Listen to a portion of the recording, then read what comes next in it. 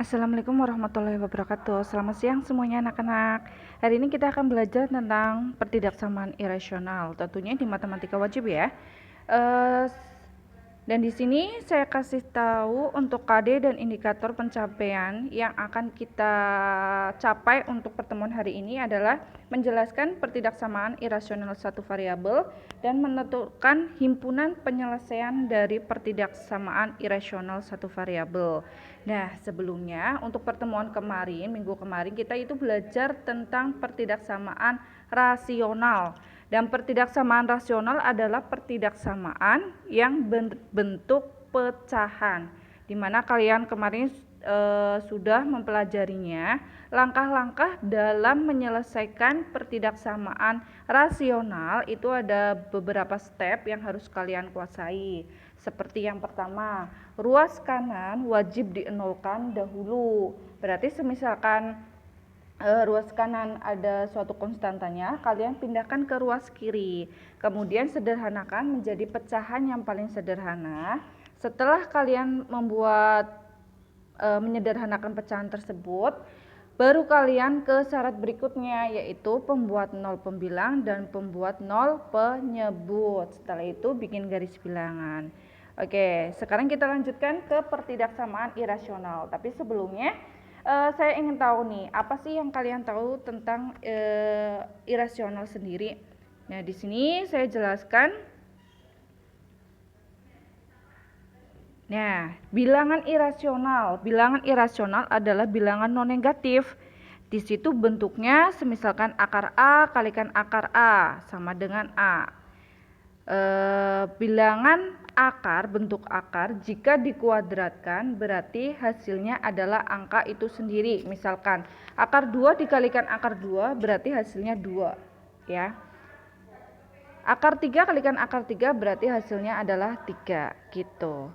Dan di sini kita amati ada beberapa di situ pertidaksamaan dan ada juga yang persamaan, dan di situ yang checklist warna hijau berarti itu adalah contoh dari bentuk pertidaksamaan irasional.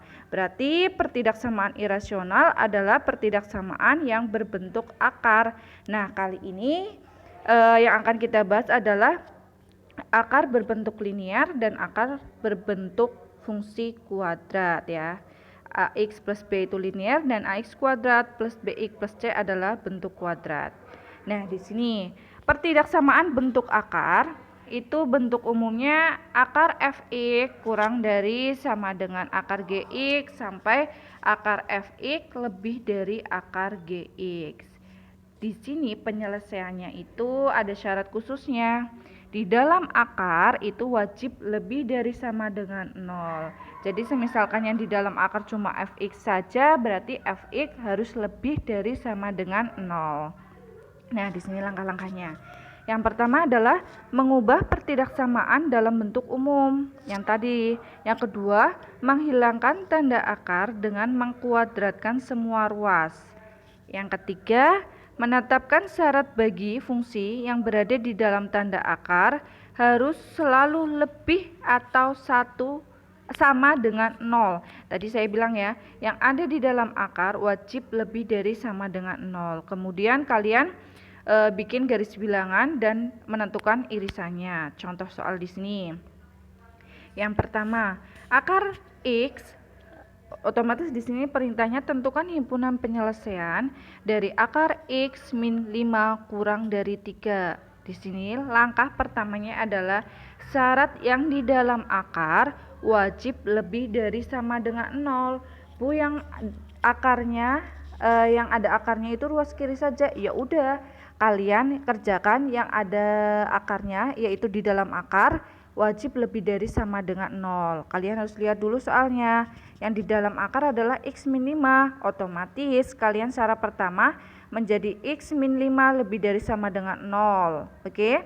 Kemudian negatif 5 pindah ke ruas kanan menjadi positif. Makanya di situ jadinya X lebih dari sama dengan 5. Kemudian tahap kedua adalah semua ruas dikuadratkan. Tadi saya sudah bilang, jika akar dikuadratkan, maka hasilnya adalah angka itu sendiri. Berarti di situ akar X min 5 dikuadratkan kurang dari 3 kuadrat. Akar X min 5 dikuadratkan hasilnya angka itu sendiri, berarti X min 5 kurang dari 3 dikuadratkan, berarti 9. Kemudian ruas kiri itu kita sisakan itu hanya variabel X saja. Selain variabel X, kita pindah ke ruas kiri, ke ruas kanan ya. Berarti di situ kalau di sini itu pindah ke ruas kiri semua, berarti menjadi X min 5 min 9 kurang dari 0, atau kalian bisa kerjakan langsung pindah ke ruas kanan semua menjadi X kurang dari 9 ditambah 5. Makanya di situ ketemunya X kurang dari 14. Setelah kalian selesai tahap setelah kedua ruas dikuadratkan, kalian masukkan ke garis bilangan. Yang pertama adalah bikin garis bilangan. Syarat yang pertama, X lebih dari sama dengan 5. Setiap ke kanan itu lebih dari, berarti dari 5 kalian arsir ke kanan. Kemudian yang kedua, X kurang dari 14. Dari 14 kalian arsir ke kiri karena kurang dari. Ingat, di situ kenapa 5 itu tertutup atau penuh? Karena pakai sama dengan, sedangkan 14 terbuka karena tidak pakai sama dengan. Nah, irisan dari keduanya berarti kita peroleh di situ antara 5 sampai 14. HP-nya berarti X sedemikian hingga X lebih dari sama dengan 5, tetapi X kurang dari 14. Seperti itu. Dan di sini ada latihan soal. Akar 3X min 5 kurang dari akar X plus 7. Sebelum kalian mengerjakannya, kalian harus tahu karakter dari soal tersebut.